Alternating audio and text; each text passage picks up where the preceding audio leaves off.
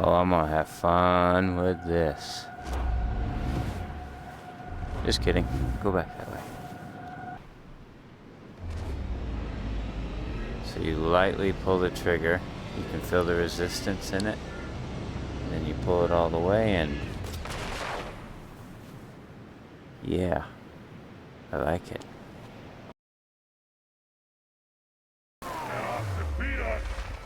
While you watch me fumble my first run, acting like I know what I'm doing, cause you know, I've seen some videos, when in reality I should really just focus on.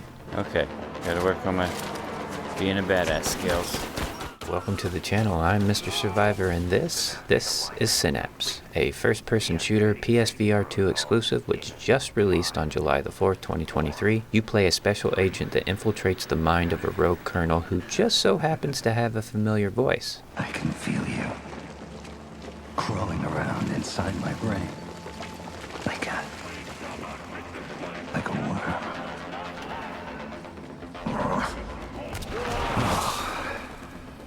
I'm sorry, soldier.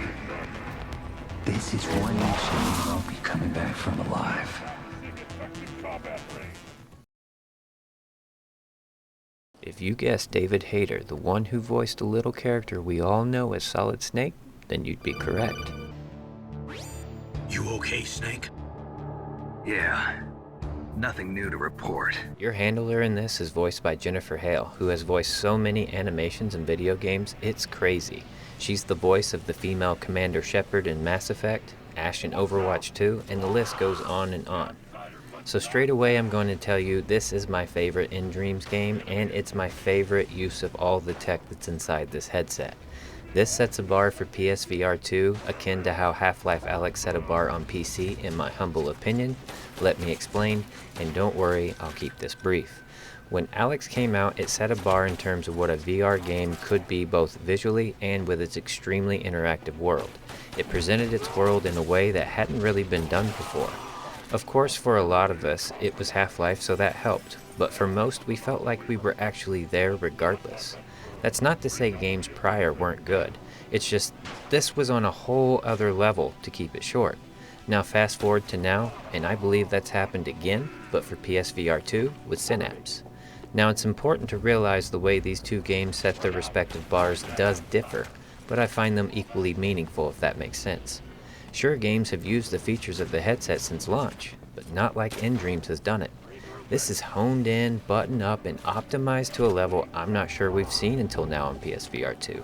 I guess what I'm trying to say is that they've brought all the features into the gameplay in a way we've really not experienced. Using eye tracking to look at the object you want to lift with it reacting as quick as you look at the object, those adaptive triggers allowing you to feel telekinesis and gunfire in a very immersive way, not to mention the head and the controller haptics when you take damage. And those OLED screens are just so sharp that it just puts the freaking bow on this entire package for me personally.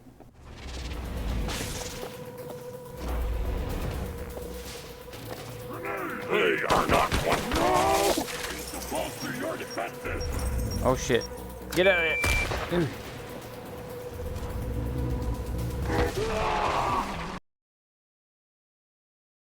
There's a lot of skills and unlockables that add variation to the gameplay and your abilities. In that sense, it's very roguelite in how you upgrade from area to area. That said, I'm very confident in saying that if you give this a shot, you will walk away impressed and feeling like an absolute badass. It's really good. So how long is the game? And this is where the line in the sand will be drawn, for some. On average, you can roll the credits around 3 hours, but that's not the entire story. You'll play through it 2 more times to complete the story, and each playthrough is more difficult than the last. So the total will heavily depend on how fast you blaze through the game 3 times for that 100% completion on the story. It's an interestingly told story, but using myself for an example, I rolled the credits the first time almost at the 5-hour mark. I really like the mechanics in this, so I goof off a lot to be honest, and at any rate, at 35 USD, I've already got my money's worth and I'm not done yet. I see myself completing this 100% and wanting to jump back in a month or so later. That's because the mechanics really just can't be shown in a flat video, They really need to be felt. So if you don't have a PS5 and or a PSVR 2 and someone offers you to try this, do it. I've had 0 crashes, 0 glitches, 0 frame rate issues. It's been performing great, and above all else, it's been so much fun to play. That's it. That's my nerdy 2 cents on Synapse for PSVR 2. I'll let a few clips play to wrap things up. I hope you liked the video, and if so, consider liking and subscribing for more. That's all, kids. Keep playing, keep surviving, and take care. The unclean help me!